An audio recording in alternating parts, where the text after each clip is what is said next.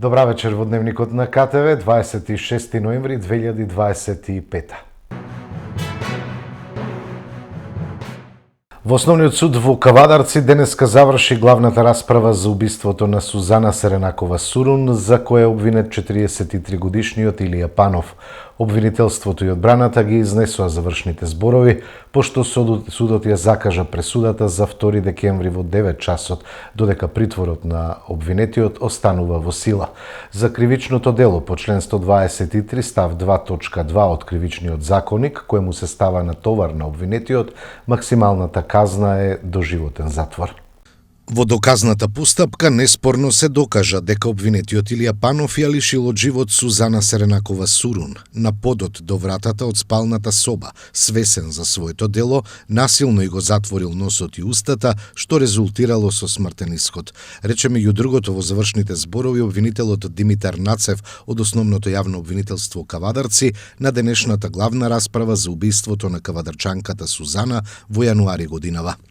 Обвинителот нагласи дека од сведочењата се утврдила комплексната љубовна врска и динамичниот однос полн со инциденти.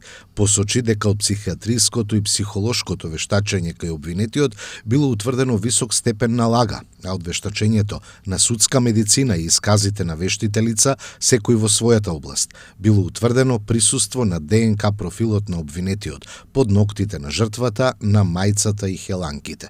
Сите тие биолошки траги укажувале на интензивен физички контакт на обвинетиот со покојната, иако Панов се обидел да креира алиби дека во критичниот период постојано бил кај неговиот другар. Свесен за своето дело кое го сакал со умисла зреена подолго, Панов го извршил кривичното дело. Судот да го прогласи за виновен и со тоа ќе се прати порака дека никој не може да одлучува за правото на живот на друг, рече во завршните зборови обвинителот Нацев.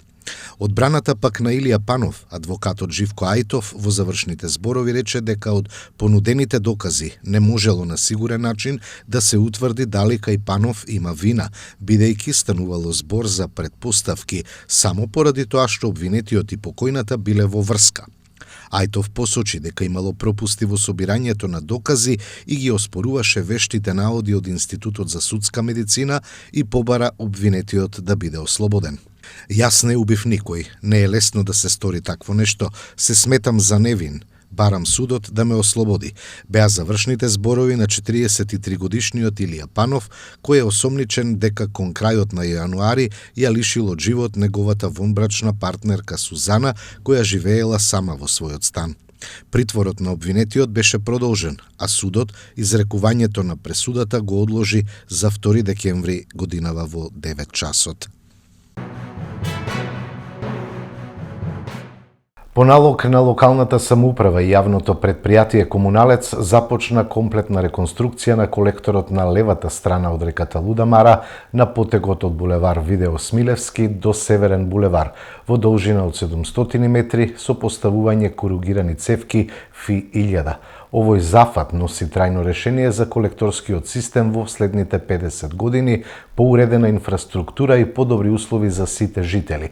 Работите на терен ги изведува фирмата Градба Промет, информираат од локалната самоуправа. Започна зимското садење на сезонско цвеќе виола, кое во наредните месеци ќе внесе боја и свежина во централното градско подрачје на Кавадарци, велат од општината. Екипите на ЈП Комуналец Кавадарци внимателно ги уредуваат површините за да создадат пријатна и убава атмосфера во градот, дури и во најстудениот период од годината, се додава во информацијата од локалната самоуправа. Општина Неготино потпиша договор со Министерството за социјална политика, демографија и млади. Со овој договор во учебната 25-26 во детската градинка ќе бидат згрижени деца од ромска националност на возраст од 3 до 6 години.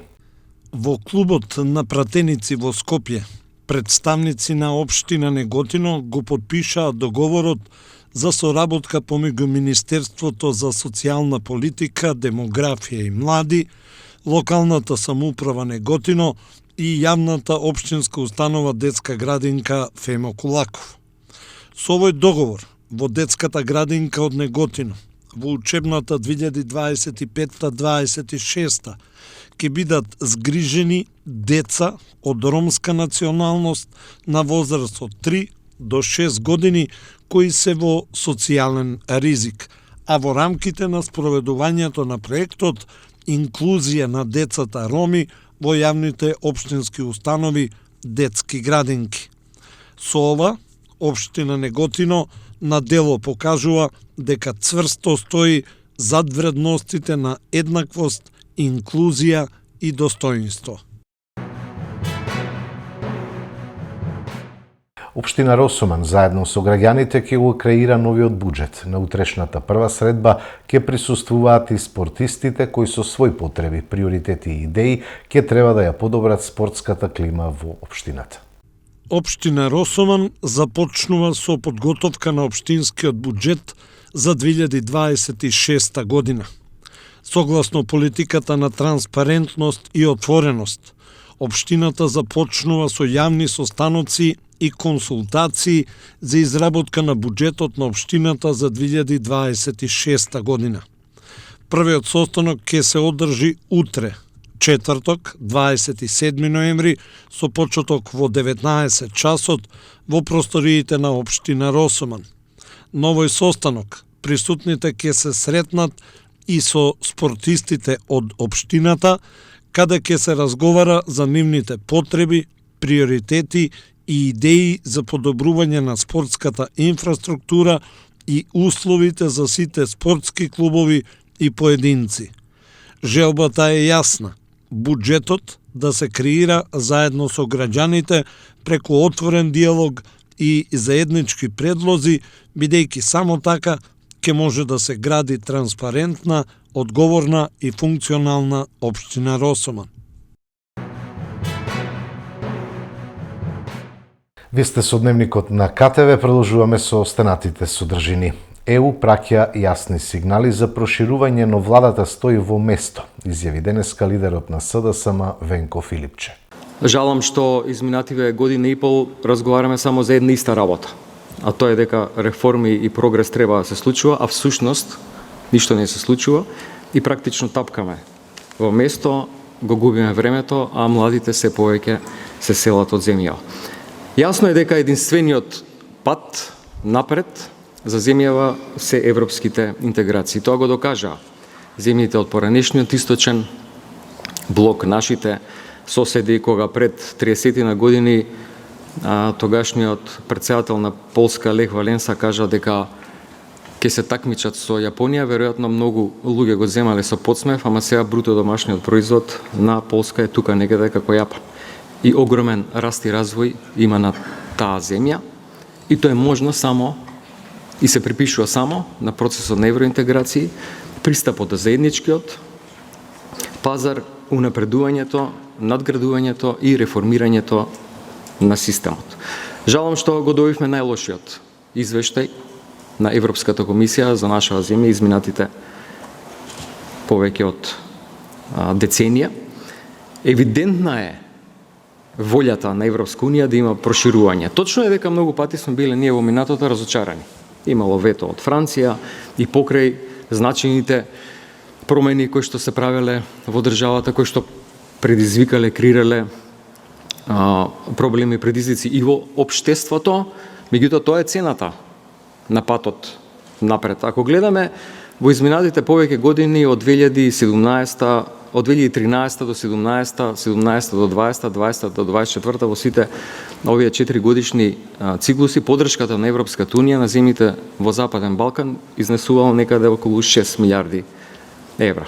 По милиарда евра во тие 4 годишни периоди за секоја една од земјата. Ама ако тоа го споредиме со средствата што како подршка ги добиле Хрватска или Бугарија, кои што изнесуваат околу 40 милиарди евра за реформи, за инфраструктура, за патишта, за пруги, железнички, кои што доаѓаат како грантови.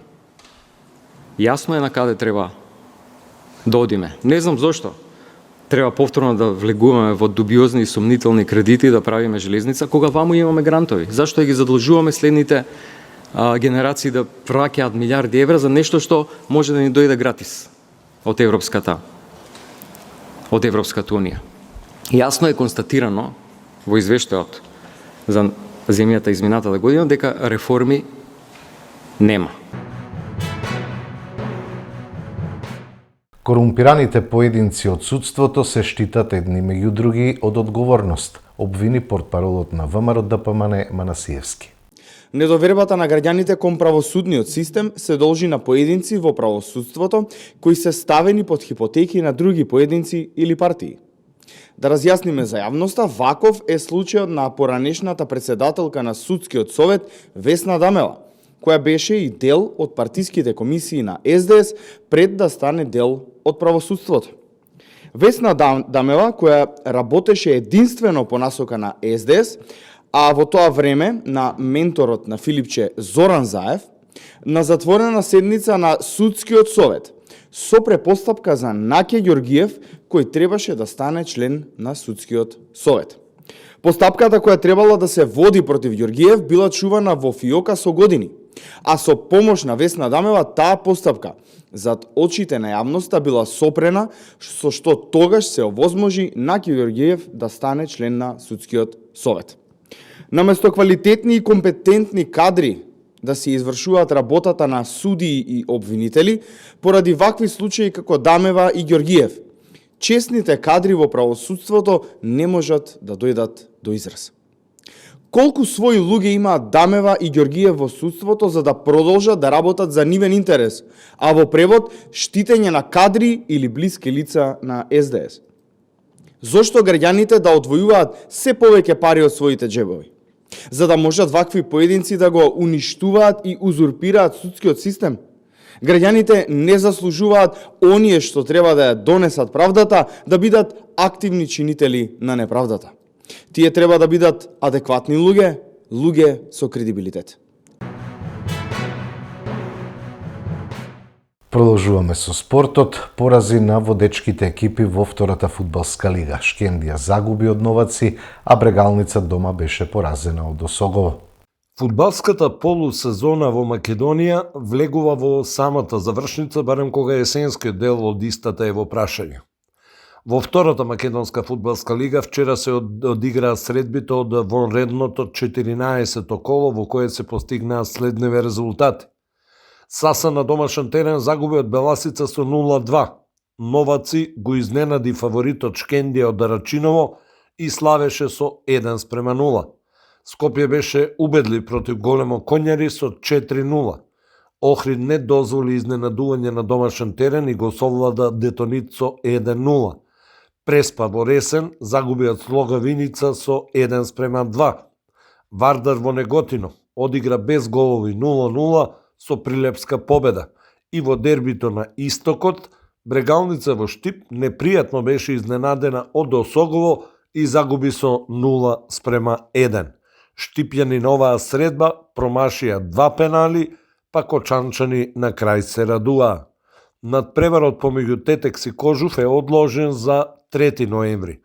По 14 одиграни кола, Шкендија Рачиново останува лидер со 32 бода, Брегалница е втора со 30, колку што има и Охрид, на четвртото место е Скопје со 29, па следуваат Беласица со 28 и Новаци со 26.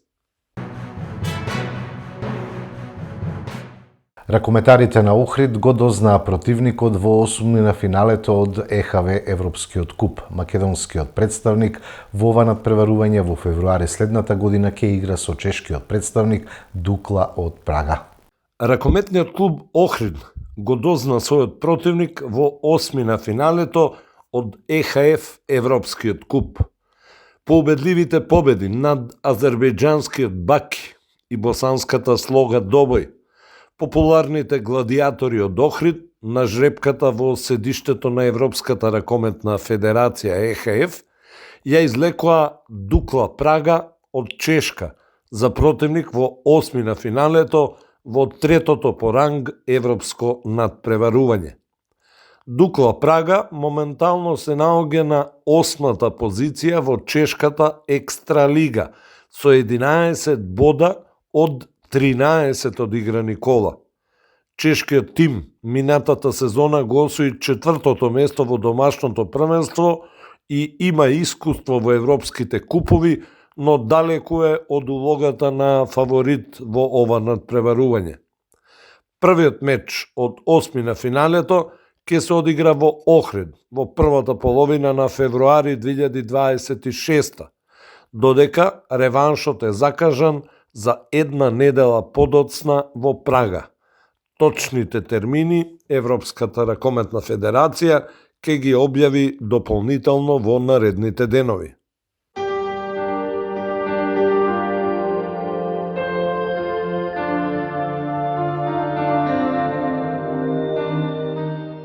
Утре не очекува претежно облачно време со повремени врнежи од дожд пообилни во источните делови. На повисоките планини врнежите ќе применуваат во снег, а на некои од повисоките места од дожд и снег. Ќе дува слаб до умерен ветер од северен правец, а температурата од 7 до 9 степени. Поради спуштање на постудена воздушна маса од север, во четврток на планините врнежите ќе преминуваат во снег, а дневните температури ќе опаднат за 4 до 6 степени. Стабилизирање на времето се очекува од недела.